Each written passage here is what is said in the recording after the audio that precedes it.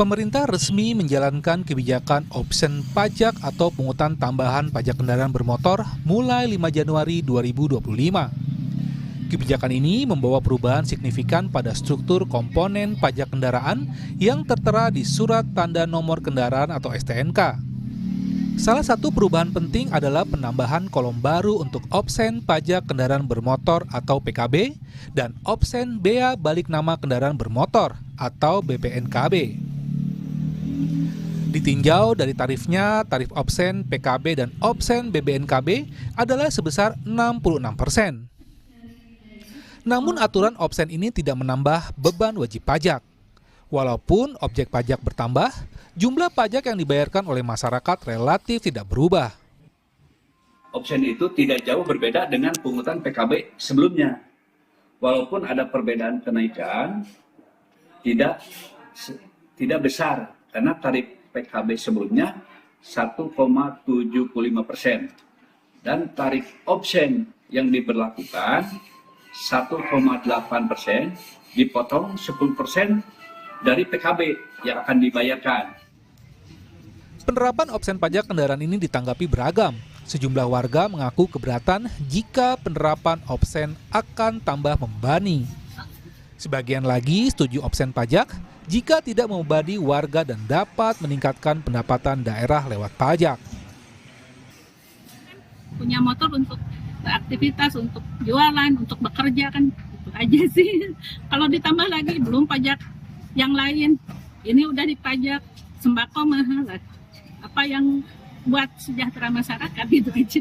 Masalah itu cuma masalah naiknya pasti jadi beban juga masyarakat kecil gitu kan.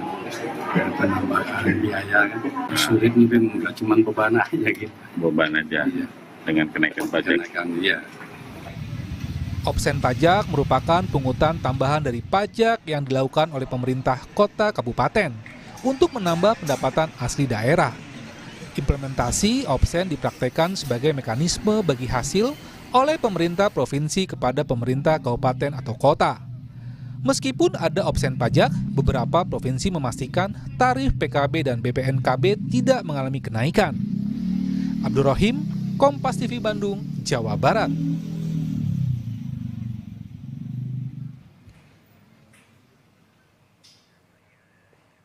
Dan saudara, untuk mengetahui lebih jelas terkait penerapan opsen pajak kendaraan 2025 ini, sudah bergabung bersama Jurnal Merah Putih Dedi Taufik, Kepala Badan Pendapatan Daerah Jawa Barat. Selamat sore Pak Dedi.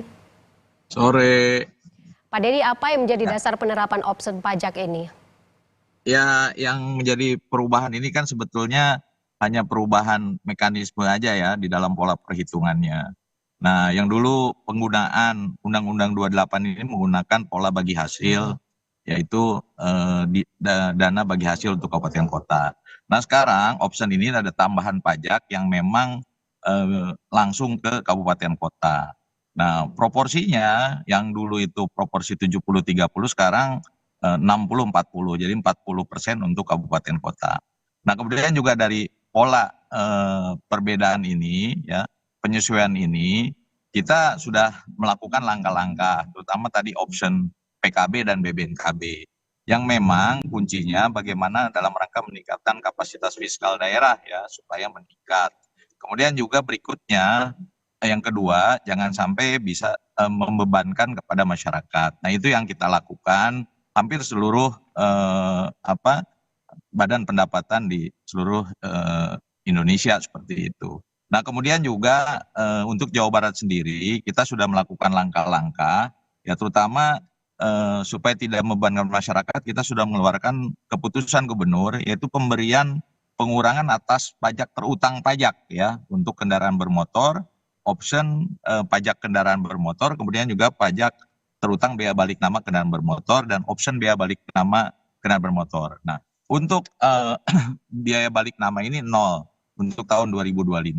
Nah, berarti kan ini sudah tidak membebankan kepada masyarakat untuk pola balik nama.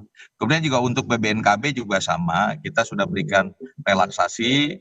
Kemudian juga untuk PKB juga kita menggunakan relaksasi yang tadi melalui keputusan gubernur. Jadi kuncinya tidak membebankan kepada masyarakat dan kemudian juga kembali kepada pola yang sekarang di tahun 2024 ini. Itu yang kita lakukan di pemerintah Provinsi Jawa Barat. Seperti apa mekanismenya untuk option pajak kendaraan ini, Ya. Pak Dedi? Jadi option itu kalau pada tahun 2024 ya, untuk polanya itu per 1 bulan ya. 1 bulan itu begitu WP membayar pajak, nanti kita akan transfer ke kabupaten kota 1 bulan waktunya. Tapi dengan option ini, ya alhamdulillah kita harus melihat secara keseluruhan, terutama berkaitan dengan kesisteman yang ada di Samsat ya. Alhamdulillah di Jawa Barat kita didukung juga oleh tim pembina Samsat nasional, tim pembina Samsat provinsi, baik itu Polda Jabar, Polda Metro, dan Korlantas. Alhamdulillah tentang kesisteman ini bisa dilaksanakan, dan kemudian juga dari asosiasi, dari dealer ini mendukung berkaitan dengan option. Jadi masuk langsung, nanti per harinya itu masuk di pajaknya di RKUD Kabupaten Kota. Nah polanya yang berbeda di tahun 2024 dan 2025. Jadi kalau 2024 kita menunda dulu 1 bulan, baru setelah terkumpul baru ditransfer ke kabupaten kota.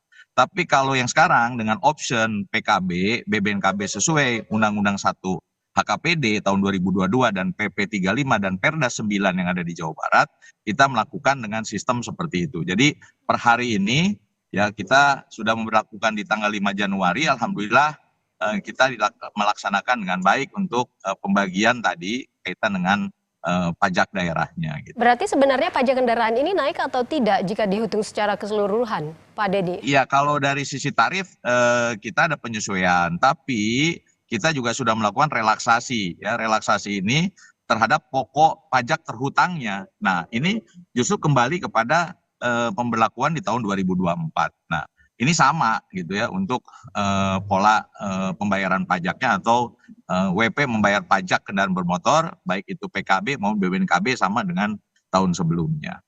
Baik, terima kasih banyak atas penjelasannya terkait penerapan opsi pajak kendaraan 2025 ini.